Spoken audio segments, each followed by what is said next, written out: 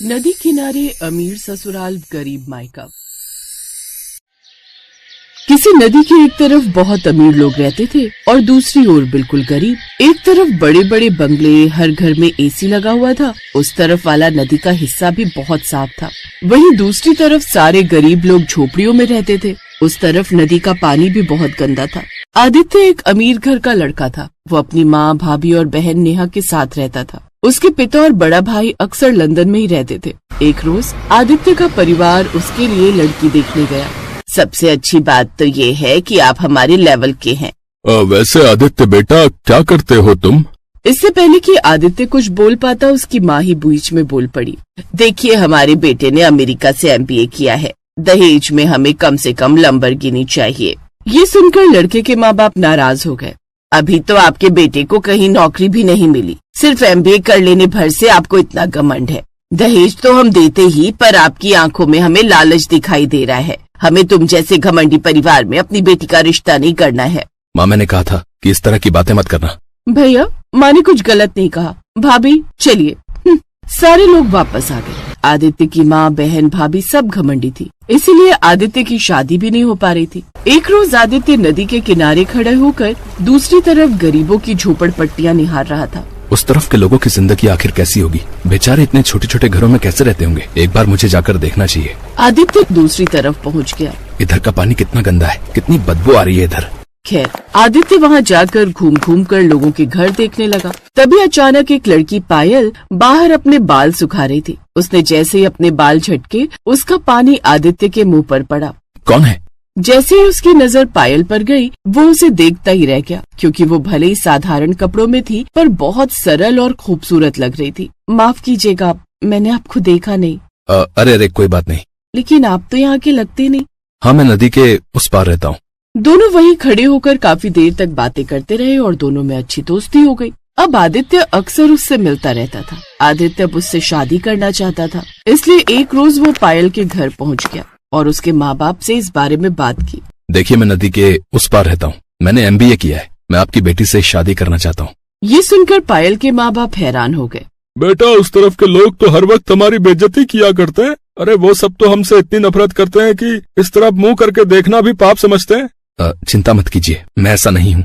आदित्य ने उधर तो बात पक्की कर ली, पर अब बारी थी अपने घर में बात करने की। आदित्य ने पायल के बारे में सब कुछ अपनी माँ, भाभी और बहन को बता दिया। देवर जी, आपने जब सारी बात पक्की कर ही ली है तो शादी भी कर लेते, उसके बाद हमें बताते। वो भिखमंगे लोग तो हमें दहेज भी नहीं दे पाएंगे, 2 जोड़ी में विदा कर देंगे। माँ, आपकी इन्हीं हरकतों की वजह से मेरी शादी नहीं हो रही। मैं शादी करूंगा तो पायल से करूंगा, वरना किसी से नहीं करूंगा। अगर आपको वो पसंद नहीं तो कोई बात नहीं, 1 हफ्ते बाद ही मेरी ज्वाइनिंग है। मैं और पायल हमेशा हमेशा के लिए ये शहर छोड़कर चले जाएंगे और कहीं दूर अपनी दुनिया बसाएंगे। इतना बोलकर आदित्य अपने कमरे में चला गया। उधर उसकी लालची माँ ने कहा, अगर नौकरी लगते ही ये हमें छोड़कर चला गया तो सारी कमाई अपनी बीवी पर ही लुटाता रहेगा, हमें तो कुछ मिलेगा ही नहीं। हाँ माँ, इससे अच्छा तो आप इस शादी के लिए मान जाइए। तो इस तरह आदित्य के घर वाले उस शादी के लिए मान गए। 1 हफ्ते के अंदर ही आदित्य पायल के घर बारात लेकर पहुँच गया। खैर, किसी तरह पायल और आदित्य की शादी हुई और रात में विदाई भी हो गई। अगली सुबह, बहू पहले अच्छे से रगड़ रगड़ कर नहा ले, उसके बाद अपनी पहली रसोई की रस्म अदा कर। जी सासू माँ। नहा धोकर उसने सबके लिए खाना बनाया। खाने के बाद दोपहर को पायल नदी किनारे आई। इस तरफ की नदी कितनी साफ है। खैर, धीरे धीरे रात हो गई। रात में आदित्य ने पायल से कहा, पायल, मेरी बहुत दिनों बाद बेंगलुरु की एक बहुत बड़ी कंपनी में नौकरी लगी है। वो मौका मैं गंवाना नहीं चाहता। मुझे कल ही निकलना होगा। कोई परेशानी हो तो मुझे फोन पर बताना। इस घर में हर सुविधा है, मुझे भला क्या समस्या हो सकती है। आप जाइए और मन लगाकर काम कीजिए। अगली सुबह आदित्य निकल गया। उसके जाते ही सास, बहू और ननद पायल के खिलाफ साजिश रचने लगी। आदित्य चला गया, अब इस पायल की बच्ची को इतना परेशान करते हैं कि ये खुद हमारा घर छोड़कर अपने गंदे से मायके में चली जाए। ठीक है सासू माँ, सबसे पहले इसे घर के सारे कपड़े पर्दे साफ करवाते हैं, बाकी का काम तब तक हम लोग सोच लेंगे। तो इस तरह उन तीनों ने पायल से सारे कपड़े और पर्दे धुलवाए। जैसे थक कर वो बैठी वैसे ही, कपड़े अच्छे से धो गए ना? हाँ भाभी, सब अच्छे से धोकर सुखाने के लिए भी डाल दिए। ठीक है, अब बाहर जाओ और नदी किनारे जो चबूतरा बना है उसे अच्छी तरह से धो दे, और ये काम तुझे हर सुबह शाम करना है। ठीक है भाभी। वो बाहर जाकर नौकरों की तरह सफाई करने लगी। सारे मोहल्ले वाले उसे देखकर हंस रहे थे। ये मुझे बहू कम नौकरानी ज्यादा लगती है। पायल ने सुन तो लिया पर कोई जवाब नहीं दिया। तो उस दिन के बाद दिन रात वो तीनों मिलकर उसे टॉर्चर करती रहती थी। बिल्कुल नौकरानी बनाकर रख दिया था उन लोगों ने उसे। पर पायल बिना शिकायत किए सारे काम करती जा रही थी। फिर एक दिन, यार ये तो सारे काम करती जा रही है, परेशान होकर भाग क्यों नहीं रही? माँ, अब कुछ ऐसा करना होगा जिससे इसकी पूरे मोहल्ले के सामने बेइज्जती हो जाए, तब जाकर ये भागेगी। ठीक है, मैंने सोच लिया। उसी वक्त उसने पायल को बुलाया और कहा, सुन, आज रात हम पूरे मोहल्ले को पार्टी देने वाले हैं। 200 लोगों का खाना तुझे अकेले ही बनाना होगा, बना लेगी ना? हाँ सासू माँ, अभी बनाना शुरू कर देती हूँ, रात तक बन जाएगा।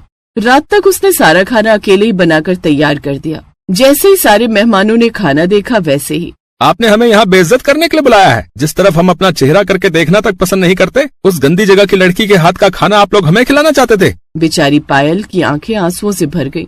वो चुपचाप छत पर जाकर अपना गरीब मायका देखने लगी। एक तरफ बाहरी गंदगी है पर लोगों के दिल साफ हैं। इस तरफ बाहरी सफाई और अमीरी तो बहुत है पर लोगों के दिल बहुत गंदे हैं। ये फर्क मिटाना पड़ेगा मुझे। अगले दिन से उसने सिर्फ 2 बच्चों को ही ट्यूशन पढ़ाना शुरू किया। उसके मायके की तरफ से 2 बच्चे नदी पार करके आते थे। उन 2 बच्चों ने उस साल पूरे शहर में टॉप किया। हमने कभी सोचा नहीं था कि सरकारी स्कूल के बच्चे टॉप करेंगे और उनका नाम अखबारों में आएगा। उस दिन के बाद अमीरों के बच्चे भी पायल के पास ट्यूशन लेने लगे। उन सभी बच्चों का भी खूब नाम होने लगा। आदित्य भी वापस आ गया। सारा मोहल्ला इकट्ठा हुआ। आदित्य बेटा, शादी में मैंने कहा था कि तेरा फैसला गलत है, पर तेरा फैसला बिल्कुल सही था। हाँ बेटा, आज हम सबके बच्चे भी खूब नाम कर रहे हैं पायल की वजह से। और पायल बहू, उस दिन तुम्हारी सास ने हमें तुम्हारे बनाए खाने में थूकने के लिए कहा था ताकि तुम परेशान होकर वापस अपने मायके लौट जाओ। आदित्य, अगर ये तेरी माँ ना होती तो हम इन तीनों को जूतों की माला पहनाते। अब सारे मोहल्ले वालों ने चंदा इकट्ठा करके पूरी नदी साफ करवाई। फिर एक रोज, बहू हमें माफ कर दे, बचपन से ही हमारे दिमाग में भर दिया गया था कि गरीबों से नफरत करो, वो बहुत गंदे होते हैं। पर आज तूने हमारी सोच बदल दी। चलो, कम से कम आपकी सोच तो बदली। कोई बात नहीं, मुझे बस ये आपकी सोच ही तो बदलनी थी। उस दिन के बाद ससुराल और मायका दोनों अंदर बाहर हर तरह से साफ हो गए और सब खुशी खुशी रहने लगे।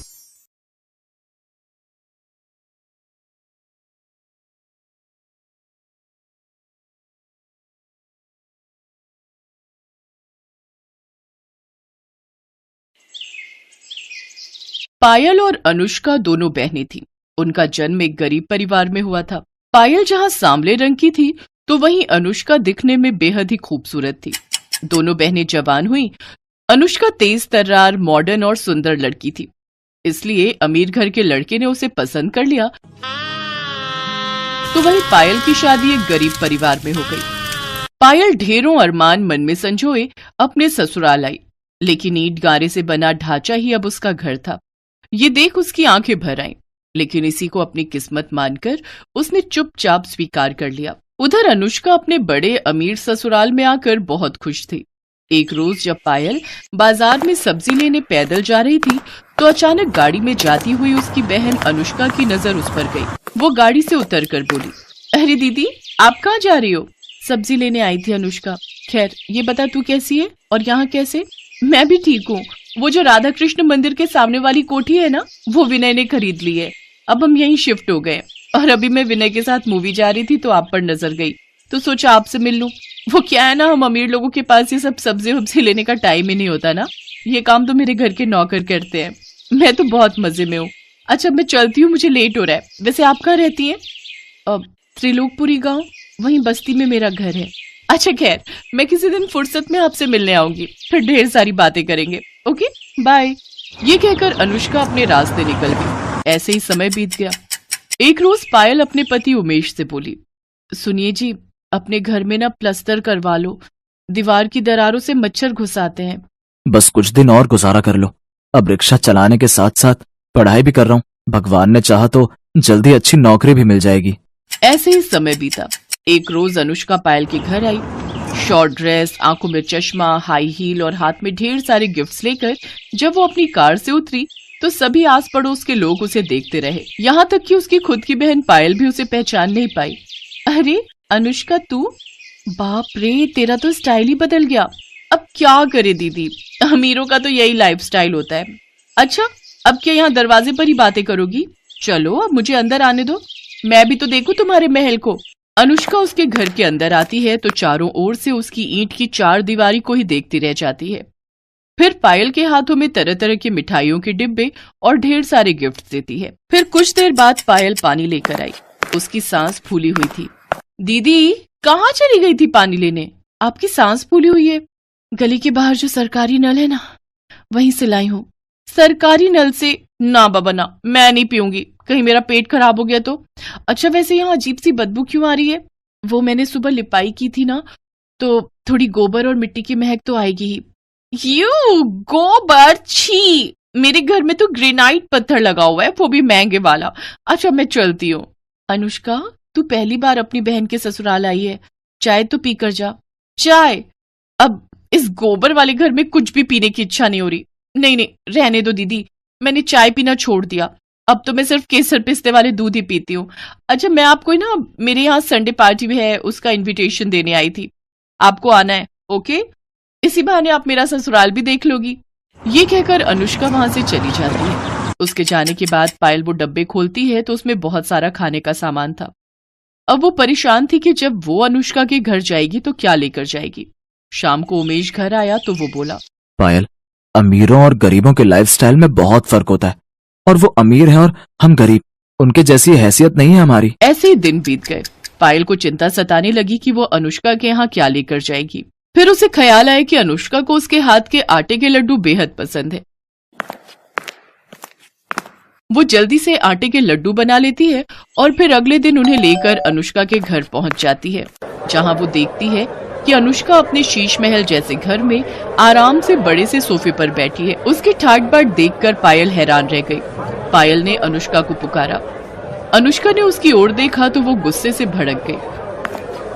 ओफो दीदी, मैं जानती हूँ कि तुम गरीब हो, लेकिन कम से कम तुम्हें इतना तो पता होना चाहिए कि अमीर लोगों के घर कैसे बनकर जाना चाहिए। अरे कम से कम एक जोड़ी नए कपड़े ही खरीद लेती। तुमसे अच्छी तो हमारी एक काम वाली लग रही है। तभी वहाँ अनुष्का के ससुराल वाले भी आ गए। अनुष्का, मैं तुम्हारे लिए अपने हाथों से आटे के लड्डू बनाकर लेकर आई थी। पहले बात अलग थी दीदी, अब मैं अमीर खानदान में आ गई हूँ। जाओ यहाँ से, अब मेरे यहाँ तभी आना जब तुम्हारा ये गरीबी वाला लाइफस्टाइल बदल जाए। बहू, क्या जरूरत थी गरीब लोगों को पार्टी में बुलाने की? अनुष्का, तुम तो इनके यहाँ कितना कुछ लेकर गई थी और ये बेकार से लड्डू लेकर आई हैं। अपनी बेइज्जती देखकर पायल रोते हुए वहां से चली जाती है। ऐसे ही 3 साल बीत गए। दोनों बहनों की डिलीवरी होने वाली थी। पायल को उमेश जल्दी से पास के सरकारी अस्पताल में ले जाता है, तो वहीं दूसरी तरफ अनुष्का को विनय एक महंगे प्राइवेट अस्पताल में ले जाने लगता है। लेकिन प्राइवेट अस्पताल थोड़ा दूर होता है और वो वहां तक नहीं जा पाते, इसलिए वो भी अपनी पत्नी को सरकारी अस्पताल में ही ले जाता है। कुछ देर बाद डॉक्टर पायल से कहते हैं, मुबारक हो, आपको 2 जुड़वा बेटे हुए हैं। ये सुनकर पायल और उमेश बहुत खुश हुए, लेकिन तभी दूसरे कमरे से किसी के रोने की आवाज आई। पायल ने पर्दा हटाकर देखा तो सामने बिस्तर पर अनुष्का बेहोश थी और विनय और उसकी माँ आपस में बातें कर रहे थे। माँ, जब अनुष्का होश में आएगी और अपने बच्चे के बारे में पूछेगी तो मैं उसे क्या कहूंगा कि तुम्हारा बेटा मरा हुआ पैदा हुआ है और अब वो कभी माँ नहीं बन सकती? नहीं बेटा, अगर ऐसा हुआ तो वो सदमे में भी जा सकती है या हमेशा हमेशा के लिए कहीं कोमा में ना चली जाए, इसीलिए डॉक्टर ने उसे कुछ भी बताने से मना किया है। नहीं माँ, मैं अनुष्का को नहीं खोना चाहता। उनकी बातें सुनकर पायल और उमेश ने एक दूसरे की तरफ देखा, फिर एक फैसला लिया। पायल ने अपना एक बेटा गोद में लिया और विनय से जाकर कहने लगी, विनय, मैं भी अपनी बहन को नहीं खोना चाहती। हमने आप दोनों की सारी बातें सुन ली। मैंने जुड़वा बेटों को जन्म दिया है, इसलिए मेरा एक बेटा तुम रख लो और अनुष्का को यही कहना कि ये उसी का बेटा है। मैं गरीब जरूर हूं, लेकिन दुख तो सबका बराबर ही होता है ना। मेरे बेटे की परवरिश करते समय उसे गरीब और अमीर दोनों के बारे में बताना, ताकि वो गरीबों का दुख भी समझ सके। अनुष्का होश में आ चुकी थी, उसने उनकी सारी बातें सुन ली थी। वो हाथ जोड़कर पायल के सामने रोते हुए कहने लगी, मुझे माफ कर दो दीदी, मैंने आपको कितना भला बुरा कहा। शायद उसी की सजा मुझे मिली है जो भगवान ने मेरा बच्चा छीन लिया, साथ ही हमेशा के लिए मां बनने के सुख से भी वंचित कर दिया। दीदी, आपके बेटे को अपना बेटा समझकर पालूंगी, शायद इससे मेरे सारे पाप धुल जाए। मेरा नहीं बहन, तेरा बेटा, आज से ही तेरा बेटा है।